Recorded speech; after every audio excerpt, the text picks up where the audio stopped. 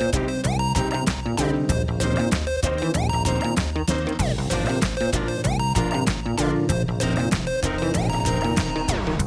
to Spill the LGBT.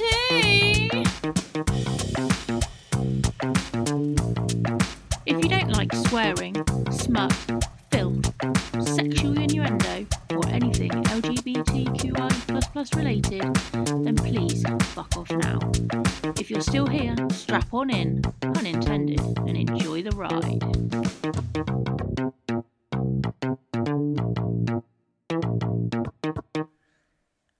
Hi Sam, how you doing? Oh, hi Ellie. You alright? Yes. Good, cool. So this is our first episode of the podcast, so who knows what we're going to talk about or where it's going to go, but we can give it a quick stab in the dark and see what's happening. So I suppose a bit about us really. We've been together for 3.5 years. Well done. That is correct. We have been together for 3.5 years. I'm glad you didn't get that wrong. That would have been awkward. Feels like about 20 years. And the relationship and podcast is over before it started. Brilliant. Thanks, bye. Yeah, so you're how old? Younger than you. Yes, considerably. Well, compared to these crow's feet. Well, I'm 32. Cool. I'm 35. And Reginald, who's also with us, you might be able to hear him in the background, our dog. He's 6. Yeah, he will probably snore, fart, and Lick himself. Yeah, but you won't hear him barking because he's a bull mastiff and he is very chilled. Yeah, so you are pregnant. Yes. By a small miracle. Luckily, we got pregnant before all of this coronavirus jazz. 18. No, it was 16. I'm 18 weeks pregnant, but it was 16 weeks ago that had the embryo transfer. And you've had my egg. Yes. In your basket. What? Yeah, if anyone's watched The Nest, it's nothing like that. The embryo transfer is nothing like that. No, very true. They're very different. Yeah, so it was quite different in terms of, they tried to depict it on TV, so I suppose they did the best they could with the technology they had. Yeah, but the number of times they get you to confirm who you are and what embryo they're using, like that just never would have happened. Like you have your name and like both of your date of births like on the embryo, so it's like, and they even they show it to you about 3 times before they put it in you and make you confirm who you are like a million times. So they just wouldn't have ever done that. Just to clarify, not actually on the embryo, but on the test tube of the embryo. Yeah. That was so funny when Sam had her legs akimbo and was waiting and had the embryo put in, and there I was in the screen because they kind of put the photo of the embryo on the screen and I was there taking selfies and she's like, for fuck's sake, just be with me. It's like, okay, sorry. Well, yeah, most people at the conception of their child, it's just them and their partner, isn't it? But no, I had you, a midwife, a consultant, and an embryologist through a blooming hatch. Yeah, with my legs spread. Out.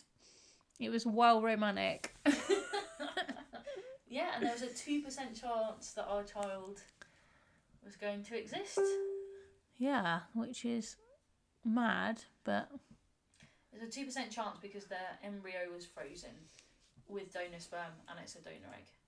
That's why it's 2% chance. And it's just so typical, isn't it, that you and I get pregnant during a world pandemic. Yes. I mean, you can't make it up, but literally this is our life and it's very EastEnders. Yeah, I think it's 5 weeks in. Yeah, it's 5 weeks today I've been in lockdown. Yeah, and 4.5 for me. So I was just trailing behind. But yeah, so coming out story. Go. How did that go for you? Sorry, what? Your coming out story. My coming out story? What, as in like the first time I realised I was gay or the first time I told somebody else? The first time you told somebody else. Oh, I was at school. I was in year 9. So I was like 14 years old. I told one person that I was gay, and then by the next day, everybody in my year group knew, which was about 300 people. And how did that go? not well. Like, it was the early 2000s. It was like 2002. It was not a common thing to be gay. It was not a common thing to talk about it. I was terrified my parents were going to find out. I had this massive crush on this girl in my year. I was terrified that she was going to find out.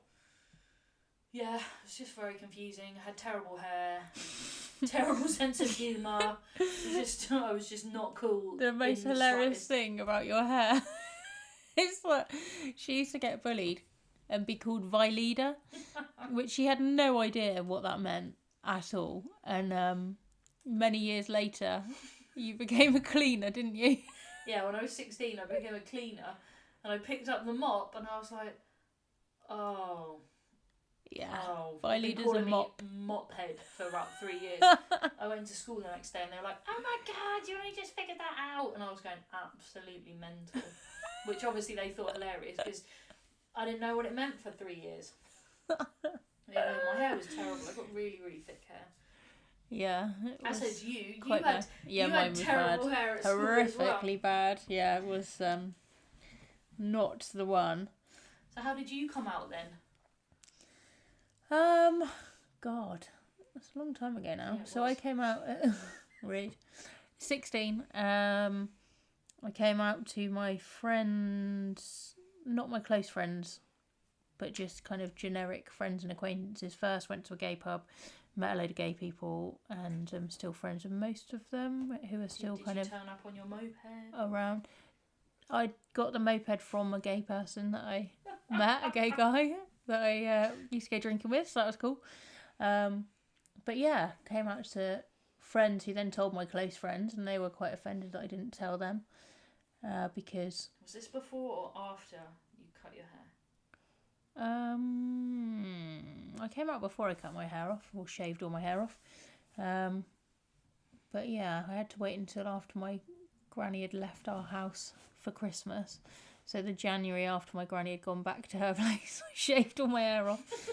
My friends were there with the clippers going, you're going to chicken out. And I was like, no, just crack on, shave it off. And they chickened out, so I just grabbed the clippers and set to. What on earth did your mum and dad say to you after you clipped your hair? I think you had quite long hair, didn't you? Yeah, I think they were quite shocked. Yeah, it was kind of shoulder length, quite long. Did they go, Yeah, they couldn't really say a lot. That's a boy racer going up the road. Amazing. Yeah, they couldn't really say a lot, to be honest, because it was done. But yeah, I don't think they were too happy about it. And now I'm just me and they don't care, but I think they were quite shocked. And my granny, who was 96 at the time, didn't care less. She was like chilled as you like. Did you tell your parents yourself that you were gay? Yeah, like so you I chose when to do that. Yeah, me and my sister sat my mum down, and I figured it would be better to kind of ease them in gently and come out as bi before you try, which was never going to happen, but I had to kind of pretend. So yeah, I gave a bit of glimmer of hope, or so I thought that's what I was doing, in my naivety, and told mum, that I might be bi, and she just held her coffee, nursing it, and was like, what do you want me to say? And I'm like, well, something. And she didn't really say anything. And my sister had already known since I was, I think she was 10 and I was 14 when I told her.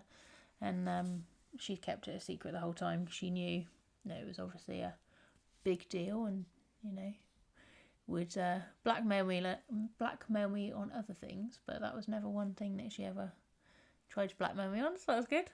But yeah, she never cared. As soon as I told her, she was like, can I tell my friends? And I'm like, no, absolutely not. And she didn't, as far as I know anyway. She might tell me one day that she did. But yeah, that's cool. So yeah, initially wasn't the greatest. My parents weren't particularly happy. A few altercations, but yeah, absolutely no drama now, and you're kind of part of the family, aren't you? Part of the woodwork, yeah. Yeah. At least you got to tell your parents when you wanted to tell them. Like, my head of year or head of house or whatever it was outed me to my mum on the phone. before I'd had a chance to do that. Yeah. Which is not a good idea. No, I don't think the way that she dealt with that situation, like she rang my mum up and was like, oh yeah, there are loads of girls in Sam's year group that are going through the same thing and they're all just kind of pretending that they're gay, and it's like, pretty long phase, about 20 years. Yeah, my face is still going too. But yeah, that was a really hard conversation to have when you're like 15 years old. You just started year 10 and you're kind of having to explain that you really don't fancy boys at all. Yeah, and for them to, you know, take your confidence and confidentiality and disclose that to your parents and belittle it and make out that it was just a phase and actually nothing to do with, you know, your actual journey, it just undermines you completely, doesn't it? Yeah, but I think it's kind of definitely made me who I am today. It's why, as a teacher, I respect my students, I respect what they say to me. Obviously, if I believe that they're putting themselves or someone else at harm, that I would disclose that to somebody else. But I never take something that a child says to me and I'm like, oh yeah, it's a phase, oh no, you can't do that, or, you know, I don't believe them. Like, I definitely do implicitly believe them at face value. Yeah, I just think it was a different time. Like, the early 2000s were a very, very different time. Like, education around LGBTQ issues was non-existent. Well, yeah, we had Section 28, didn't we, that basically prohibited anyone promoting or educating people about gay rights or sexual orientation or actual gay sex. Or yeah, we weren't really represented on the TV, or if it was on the TV, like kind of Brookside or, you know, those early soaps that kind of depicted gay characters, like, it was very, very, very controversial. It was on very late at night. Young gay people weren't, you know, privy to watching that kind of thing unless they had a TV in their room and stayed up really late at night. And, you know, it was... I remember the first time I ever saw a gay person on TV, it was Brian Dowling on Big Brother 2, and also the gay character in Casualty that had HIV, who was also called Sam. I remember, like, they're the two kind of characters or people on TV that I remember watching when I was young, but I never remember watching any kind of lesbians on TV. Oh, I remember Bad Girls, which was phenomenal, and still watch it, and it's a rite of passage. So whenever I've had a partner, they've had to subsequently go through the... Which is quite a lot. You've had quite a lot of partners. There's quite a few. You're a schlag. Ones that actual were partners, You're a dirty, dirty schlag. I wouldn't be like, you're coming back for the night, we've now got to watch Bad Girls before anything happens. That didn't happen. It did It's happen. only relationships. Let's be honest, like, maybe 3 weeks into our relationship, you were like, let's watch this. Oh yeah, if it's a relationship. Which you haven't allowed me to watch it again. Like, I want to watch it again. I want to rewatch it. See, this is the kind of calibre that Bad Girls is. It's like incredible. I love it. The storyline's fantastic. I took you to see the musical. Yeah, it was really good. The character who played Snowball Merriman in it played Shell Dockley, so that was good. Clearly can't remember the actress's name, but it was really good. Yeah, it was cool. Yeah, it was good. But yeah, Bad Girls is just... Bad Girls was the kind of holy grail. Reginald in the background, not us. Yeah. Each other. That would be weird. Yeah, these sound effects. Yeah, Bad Girls, the kind of lesbian storyline with Helen Stewart and Nikki Wade. Yeah, but they don't really... spoiler alert. They don't really get it on, though, Spoiler alert. It was about 25 years ago. But there might be some people that have never fucking seen it. Who knows? But they don't really get it on. It's not like the L word, is it? No, the L word was next level. That was like... Oh, I remember illegally downloading it when I was at university. It would come out on a Sunday night. Oh, Ellie, everyone did it. Everyone had LimeWire and whatever that other thing, Napster. I don't know what you mean, Samantha. I'm not going to admit anything. Sunday in America, and I'd be like downloading it, and then Monday when I go back from lectures, I'd get all the lesbians from my course to come to my hall's room, and we all kind of bunch onto my bed and watch it, and we were just like, oh my god! And then do you remember the real L word that was? Oh my god! What was that called? Was it Courtney? It was called. No, she had the dreadlocks. What was her name? Yeah, I know. I can't remember what her name was. She actually got an actual strap-on out in one of the episodes and then had sex with a girl. I know. I did watch it. I know, but I was like, oh, wow. That was good. If you could see Sam's face, he's literally, her face is lighting up. Ding, ding, ding. Ding, ding, ding. What a treat. Yeah, no, that was cool. And Lip Service was another fantastic. Oh, and Queer as Folk. That was when I was at school. Queer as Folk. Oh my God. Incredible Sugar series. Rush. Queer as Folk is also something I introduced you to. Yeah, I loved Sugar Rush. Sugar Rush is great. Yeah, Queer as Folk was based in Manchester. Controversially, gay guy Nathan was 15, was he? Just turned 16. I need to, tell you the story. Well, you're the one who watched it about 100 times. I know, it's true. I think he was certainly 16, but he might have been 15. And I think The actor wasn't that old. Yeah, the actor was definitely older. But it was, I think at that time, it was still 18 for the age of consent for... I think it was 21 for that. No. Yes. No. Yes, I think it was. Lies and deceit. If I had my phone on me, I would check that fact. Well, we'll Fact check check. it, but I'm pretty sure at that time it was 21, not 18. It changed very recent, sort of in the last 10 years. 10, 15 years. No. A lot longer ago than that. No, it was 21. That thud that you heard was Sam taking off her engagement ring for no apparent reason and dropping on the floor. That's a clanger. I like to fiddle with it. I like to fiddle You with like to my fiddle ring. with your ring. Ding, ding, ding. You got a diamond in your ring. Diamond in the Oi rough. oi. Rough. Oh, reminds me of a few exes. Your word's not mine. Indeedy doodly. Yeah, so quite a lot of programmes actually we've managed to touch on, but obviously there was not much representation when we were growing up, certainly just in normal shows. I remember watching Graham Norton when he used to be on Channel 4 and his late night talk shows on Channel 4, and he had that drawer and he took a fucking butt plug out of it and he was like, look at this butt plug, it's got a clock in it. And I was like, what the hell's a butt plug?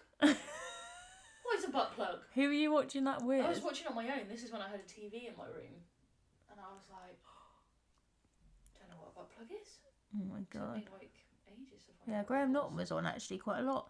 I remember seeing in the Millennium with Graham Norton. He saw me in with a lady who spat out ping pong balls out of her vag and hit the button to set off the fireworks. What a millennium. That's so fucking classy. I spent the millennium. I think I was like, how old was I in 2000? It's like 13. I was with my family. It was like just lame. Like so lame. That's Sam swallowing her non-alcoholic Look, I tell you what, there's nothing cider more than I want right now than a glass of red wine. I've been going on about it for weeks. Yep, literally. Non-alcoholic beer is just not the same. No. Let's be honest, no one drinks beer for the taste. They drink it because it's easy to drink and it gets you drunk. No one goes, ooh, yum, yeasty goodness. I'd like to have this yeasty goodness without the alcohol. No. Just no. So, non-alcoholic beers, no. So I'm trying non-alcoholic cider, which Seems to be going down much better. delicious, but I still want a glass of red wine. Almost goes down as good as LEP. Can't remember. Wow! Oh, shots Burn! God almighty. Yeah, no, that non-alcoholic cider is alright. But yeah.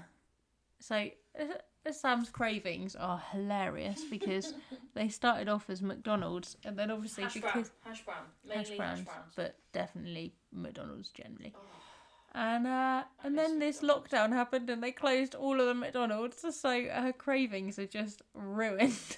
Well, you know, we have a few things in the fridge that I wouldn't normally eat, but I'm craving them, and so I'm eating them more Pepperoni. Pepperonis. Oh, pepperoni, yeah.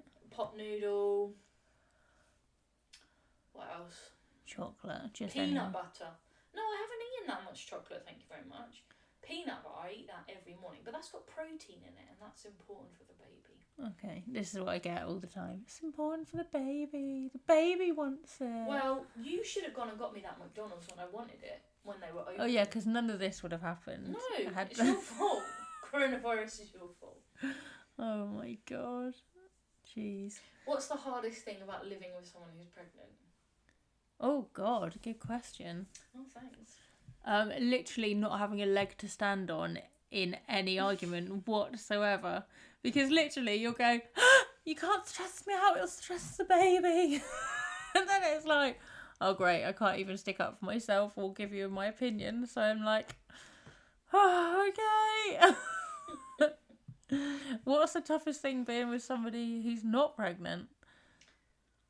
I think because you and I are like very independent, we're both fiercely independent, the fact that I've lost my independence, but there are times when I can't do the things that I would normally do, especially during the first trimester when I was feeling really, really sick and like even getting up to go to work was hard. I think trying to put yourself into that person's shoes when you know that they're normally quite a competent person and can look after themselves, I think it's quite hard to then go, oh, this person is having a really difficult time. I think it's hard to comprehend how sick I was. Like having no control over it. Like most of the time when you're sick, it's because you've drunk too much alcohol, or you've eaten something bad, or I don't know. What other reasons are there that you throw up? But how is that about me? No, because you're not sometimes you don't understand. Just like then. Exhibit A. What? Me not understanding. Yeah, like you just don't understand. Like how could you understand that there's something inside you that constantly makes you feel sick for no reason? Well, because that's what you get told, isn't it? Yeah, but being told something and then experiencing it are two very different things. I had no idea. I just thought, oh yeah, I'll just be a bit sick in the morning, it'll be fine. No, like you'd suddenly smelled something and you're like, ooh, ooh, you just throw up for no reason. Oh god. Like when we're on holiday. Yeah, that's true. Yeah, so our nicknames for each other, I have no idea if this is going to carry on post actual Sprogling being here, but I'm Eggling Mama and Sam is the grow bag because she's obviously growing the baby, and I donated my eggs donated my eggs to Sam so Sam can grow genetically. Look, when someone makes a donation with money, like that's like a charitable thing to do. Don't make out that you donated your eggs to me as like fucking charity. It was, here are charity my eggs. Begins at home. I don't want to fucking be pregnant. Yeah, I've carry it. So don't make it out to be charity. I've outsourced the pregnancy. Outsourced Where I was going with that whole conversation was actually about donating the eggs. I've donated half of my eggs to somebody else who is unfortunately not able to have kids from their own eggs. So that was where I was going with it. But yes, charity does begin at home, and that's why I donated my eggs to you. Yeah, I mean, us to have a baby. You were not well when you came out of that. When you came out of that operation, you were not well, sweetheart. Yeah. I ran the length of Salisbury Hospital to go and find some chocolate for you. Yeah, and then came back with a not brownie good with pain. and you were not happy with me. So then I had to run and buy an actual chocolate bar. Such a princess, honestly. And your mum thought I was crazy. I mean, the hilarious thing about this podcast is no one will have a clue what we look like, and they probably think that we are lipstick leather, femme type. No, you said that you shaved all your hair off. Yeah, but it could have grown back by now. Oh yeah, you're fucking Rapunzel, aren't you? Yeah, I am Rapunzel, certainly at the front. I think our friends that are going to listen to this way before we get actual listeners know exactly what we look like. Yeah. But I don't think our friends will ever... Ellie... is the minger. No, you're not a minger. You're very rugged and handsome. Rugged? Yeah. That makes me sound like... Time has not been kind to your face. Wow. Wow. Ellie told me before we did this podcast not to be grumpy, so that's what I'm doing, not being grumpy. Brilliant. Fabulous. God, our friends aren't going to want to listen to this crap. Yes, they are. No, they'll get well bored. Shout They'll out have to turned Robin. it off. Robin's definitely listening to this. Robin with 2 N's, definitely. I don't reckon. I reckon they'll all turn it off within seconds and be like, Jesus fucking Christ, So what a who's load of listening to boring this shit. now? We're just talking to ourselves. Who knows? I very much doubt anyone will. Yeah, I would say my parents, but I really don't think they would either. I mean, Reggie's listening. He's obviously really keen. Oh yeah, he's half asleep on the sofa. Yeah. He's a keen Who keen knows? as mustard, he is. Who knows what or who might end up listening to it? Probably nobody. But we can do it for ourselves and for our kid. Maybe one day they'll want to listen Our to kid is not listening to this podcast. Not until they're at least 16 years old. I don't mean like when they're 2 before they go to nursery or something. Yeah, can you imagine they'll be walking around being like, fucking hell! Well, you're Fucking the F. bad girls! You're the F bomber in this. Oh look, scenario. any teacher up and down the land loves a good swear word when they're not in school. True. It's almost like, you can't do it, so then when you can do it, you want to do it. Okay. Good to know. Good to know. Effin and Jeffin. But yeah, definitely up for hearing if anyone's got any questions or any topics that they want to hear us talk about. Here's a topic for you. What have you done during the lockdown, Ellie?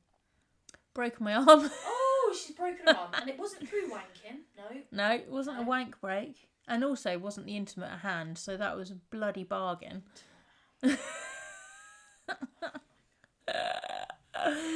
Yeah, no, I'm glad it wasn't. Yeah, me Anyhow. too. Yeah. Winning at life. No, she was carrying a block of concrete, fell over nothing, wearing a pair of Crocs, and then fell over. Yeah, several things about that whole, you explaining that. Yes, I do have Crocs. Yes, I do wear them in the garden. Yes, sometimes I wear them to the shop down the road. No, they're not a fashion statement. Yes, I realise that any integrity or ego I have spills out the holes. Any sexiness. No is lost. sexiness whatsoever. But that's never happened with me anyway. But also, I am clumsy as hell, and anything that I could potentially fall over. Yeah, my nickname's Clumsy Clits because I am hugely clumsy and literally walk into bollards, fall over my own feet or paving stones that are in front of me, just anything possible I will have a calamity about. So, yes. I'm really worried for our kid. I know. That's what people say. So I'm hoping that I won't be a complete calamity for our kids and put them in danger, because I put myself at danger enough. We have done a quick fact check because we had a parcel arrive. So in the between times, Sorry, who was right? both of us really, technically. No, ladies and gentlemen, I was right as usual. So it's 21 from 1967, and it was lowered to 18 in 1994. And then it was lowered to 16 in 2000. And when was Queer as Folk made? Oh, God, I don't know. Let's have a look. Queer as Folk. 99. So we're just peeking in there, see, with the old 16. And I think when that actually came in, I'm sure it was 16. No, but we just said that in 1994 it was changed to 18. And in 2000, it was changed to 16. Correctamundo. I don't know when it was filmed versus when it was released. I just don't go into those kind of details, just in case I'm wrong. Cool. Okay, so I think we'll just wrap up there. If you've got any questions or any topics you want us to cover? I mean, we have not got hours that we can spend doing all the kind of research that a lot of people manage to do. But what we can do is talk about our views, opinions, what we know about things, and try and find out bits and pieces. Like, I'm just not committing to a full-time job for this. Yeah, Ellie was asked to come up with a schedule for this podcast because I love a schedule. I love a timetable. Loves the schedule. Yeah. She I is like autistic, order, I and like that lists. is why. And this, I think I've done quite well during this podcast because you've literally just freestyled it. Just gone for it, and sometimes you just need to go for it because otherwise it's too structured and it just doesn't flow. And we have basically done a Billy Connolly and just talked about a load of crap and then ended up going back round, to where we started, which is amazing. And definitely not like saying I'm anything as good as Billy Connolly, because definitely haven't got the bants or the Scottish accent that he's got. Incredible, or the beard. man. Yeah, or the beard. No. So I'm in lockdown. I could be working and on that bombshell. And on that bombshell, yeah, rate, subscribe, like, do all the usual things. Tell your friends if they're interested. If they're not interested, don't worry about it. Like, no dramas. But thanks for listening, and we hope you tune in again to another episode. Good night, peeps. Love you long time. Toodle pips. Bye bye.